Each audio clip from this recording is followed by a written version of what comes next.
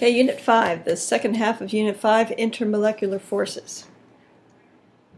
First thing I wanted to talk about was states of matter and how this relates to intermolecular forces. And I guess the first place to start is to talk about the three states of matter that we need to know about. Okay, I do understand that there's more, but we're going to focus on gases, liquids, and solids. Now, gases, you have particles moving very fast, bouncing off of things. There's relatively large spaces between particles compared to their size. They have complete freedom of motion. Then you have liquids. Partial disorder, particles are free to move relative to each other, but they still are in contact and kind of roll over each other.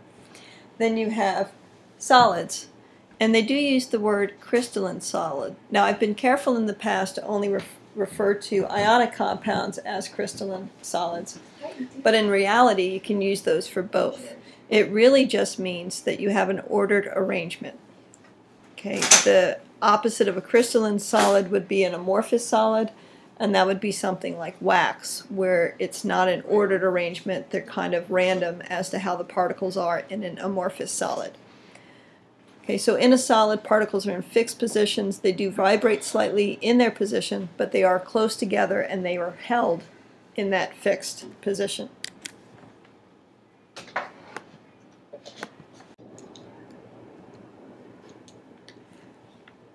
Okay, solids and liquids, the particles are relatively close together compared to their size, so you call them condensed phases. Now, what determines what state of matter a substance is going to be in? Well, it's temperature and pressure. Okay, but what is it actually going on between the particles?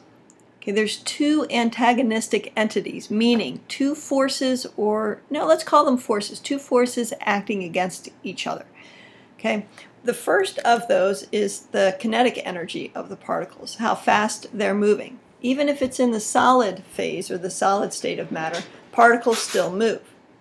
Okay, and it's that kinetic energy that's going to move them away from each other, from solid, liquid to gas.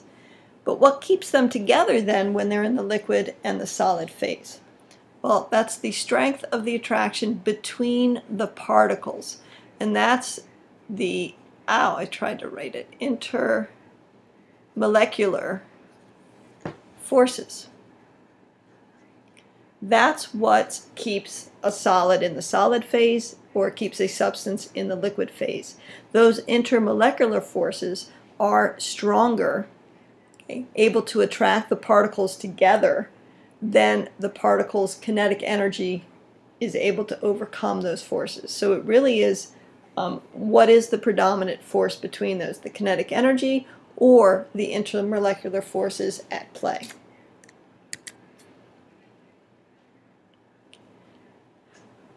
Intermolecular forces, okay, they are not the covalent bonds. Okay.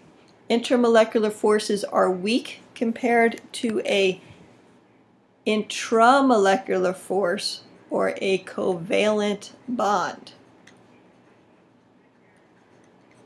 Okay, covalent bond is what is on the inside of the molecule holding those two elements together. Intermolecular forces are what happens between molecules.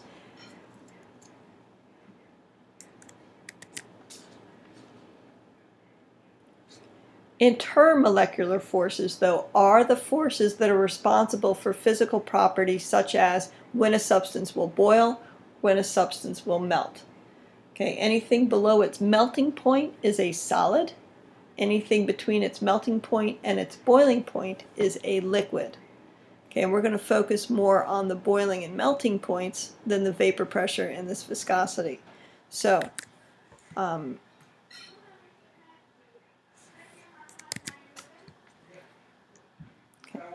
those intermolecular forces that we're going to talk about are referred to as van der Waals forces. Those are the intermolecular forces. Sometimes we refer to them as IMFs. The three van der Waals forces that you need to remember are dipole-dipole interactions, hydrogen bonding, which is a special subset of dipole-dipole interactions, and something called London dispersion forces. There is a fourth type of force that I'll just mention. It's called ion-dipole interaction, and that is important when we talk about solutions that have ions in them. Okay, and that's what allows an ionic compound to dissolve in water, is this ion-dipole interaction. Okay, but let's talk in more detail about a dipole-dipole interaction. Molecules that have permanent dipoles are attracted to each other. Well, what does it mean to have a permanent dipole? These permanent dipoles really just mean I have a polar molecule. All polar molecules have a dipole, meaning an uneven, unequal sharing of electrons. Okay. What that gives me is, if we look at this diagram, this is a polar molecule. It has a partially positive side and a partially negative side, and the red shows a more concentrated area where the electron is going to be. The blue is where the electron doesn't spend much of its time. So that part of the molecule has a partially positive, the other part has a partially negative. Okay. So the positive ends of a polar molecule are going to be attracted to the negative ends of a neighboring molecule. The negative ends are going to be attracted to the positive ends. You are going to have some repulsive forces. Those like charges will be repelling each other, right? But that greater attraction is that dipole-dipole interaction, the positive attracted to the partially negative. Okay. So the more polar the molecule, the higher its boiling point. The more energy it takes to overcome those dipole-dipole interactions. And if we look at all of these molecules are about the same molecular weight, same molecular mass. This dipole here, my polarity is increasing as I go down this list. And you can see that the boiling point is increasing as my polarity increases. So the more polar the molecule, the more likely it's going to be in a, or I should say, the more polar the molecule, the more energy I have to put into it to overcome those intermolecular forces to have that substance go from a liquid to a gas. Okay, London dispersion forces. These are also known as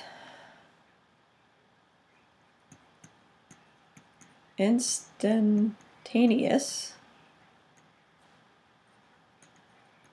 dipole moments. Okay, instantaneous dipole moments. Instantaneously, molecules can be attracted to each other. Well, how does that happen? Well, let's look at this helium atom. Okay, helium atom, 2 electrons. Normally, those electrons repel each other, so they're not usually found on the same side of the atom, but every once in a while, just because they're kind of random in their movement, these 2 electrons end up on the same side of the atom.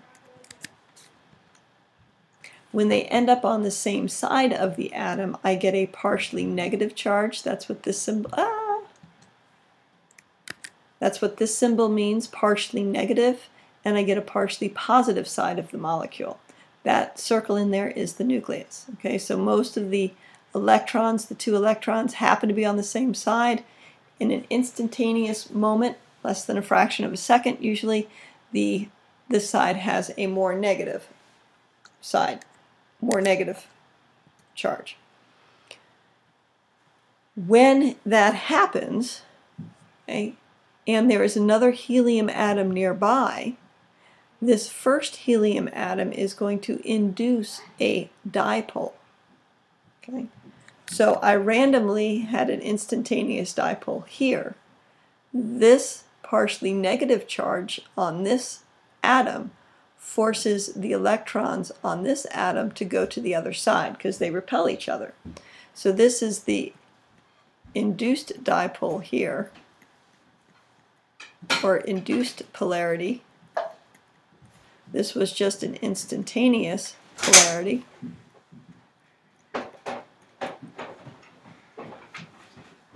Okay. Now that I have a partially negative side and a partially positive side, there is that momentary attraction. That's the London dispersion force, this momentary attraction that happens when I have an instantaneous dipole moment or instantaneous polarity on one atom. It affects the electrons of a second atom, induced polarity, and then they are momentarily attracted to each other. It is important to note that these London dispersion forces are present in all molecules, whether they're polar or nonpolar. All molecules will have these London dispersion forces. This tendency of an electron cloud to distort in this way is called polarizability. Okay. I tend to use the term squishy. How squishy is the electron cloud? It's a very technical term. Okay. So when am I going to have stronger or weaker London forces? Depends on the shape of the molecule. If I have a long, skinny molecule, that electron cloud is squishier, and I can distort it into more shapes, as opposed to short, fat molecules, which aren't as squishy. They typically have smaller London dispersion forces. Okay. Another factor is the size of that electron cloud. It's the size of the electron cloud.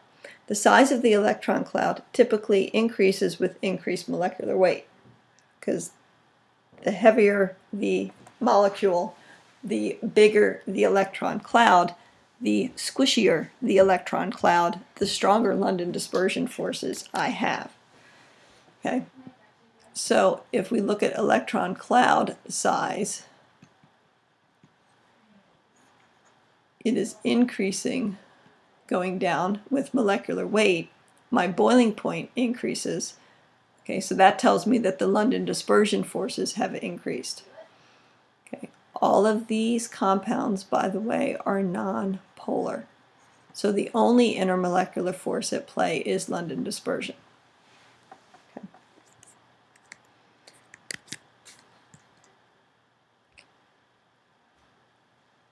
Okay. How do we tell whether dipole-dipole interactions or dispersion forces are going to be the dominating intermolecular force? Okay. Compare the molecules. If the molecules are about the same size and shape, then your dipole-dipole interactions are likely the dominating force. If one molecule is much larger than the other, then it is going to have a squishier or a more polarizable electron cloud. The London dispersion forces are going to be the dominating force. Okay, if we look at this graph, it is a graph of boiling points.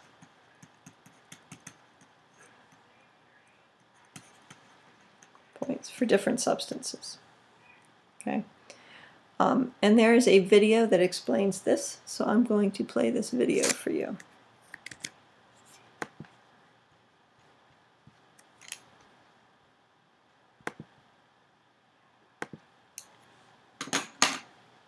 Hydrogen bonding occurs when a hydrogen atom is bonded to a small, highly electronegative atom such as nitrogen, oxygen, or fluorine. In this example, its combination of high electronegativity and small radius enables fluorine to draw electron density away from the hydrogen atom. The HF bond is highly polar.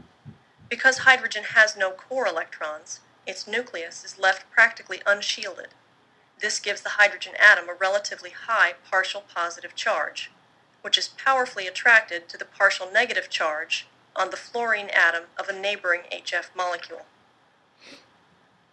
Although hydrogen bonding is a type of dipole-dipole interaction, some hydrogen bonds more closely resemble ion dipole attractions in magnitude. In a series of similar compounds, such as these group 4A hydrides, boiling point typically decreases with decreasing molecular mass. This reflects the smaller London dispersion forces that exist between smaller molecules.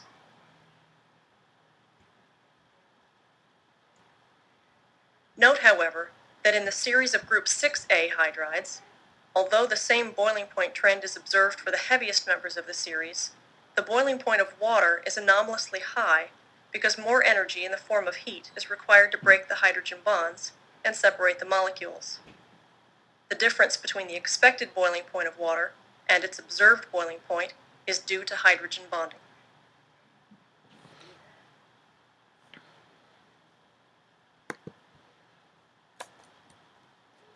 Okay, so what they're saying is, if we have pure substances, meaning I only have tin hydride, okay, its boiling point will be somewhere around -50.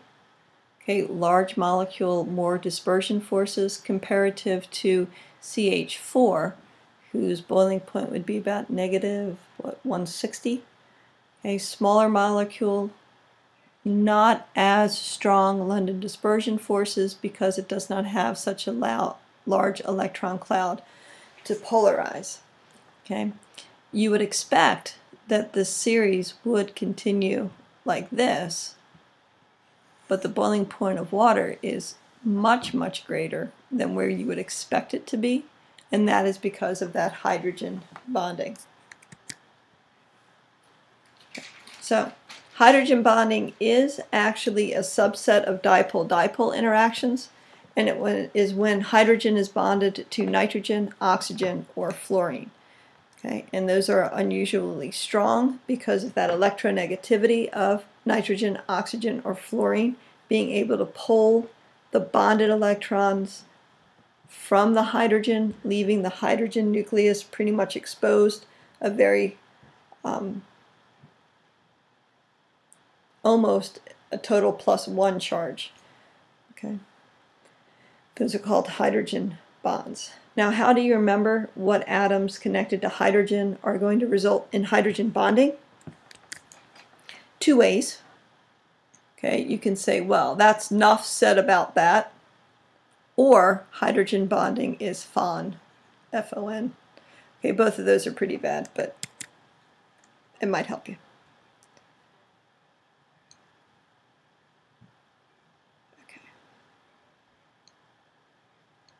Watch that. Now, how do we determine what intermolecular forces are at play?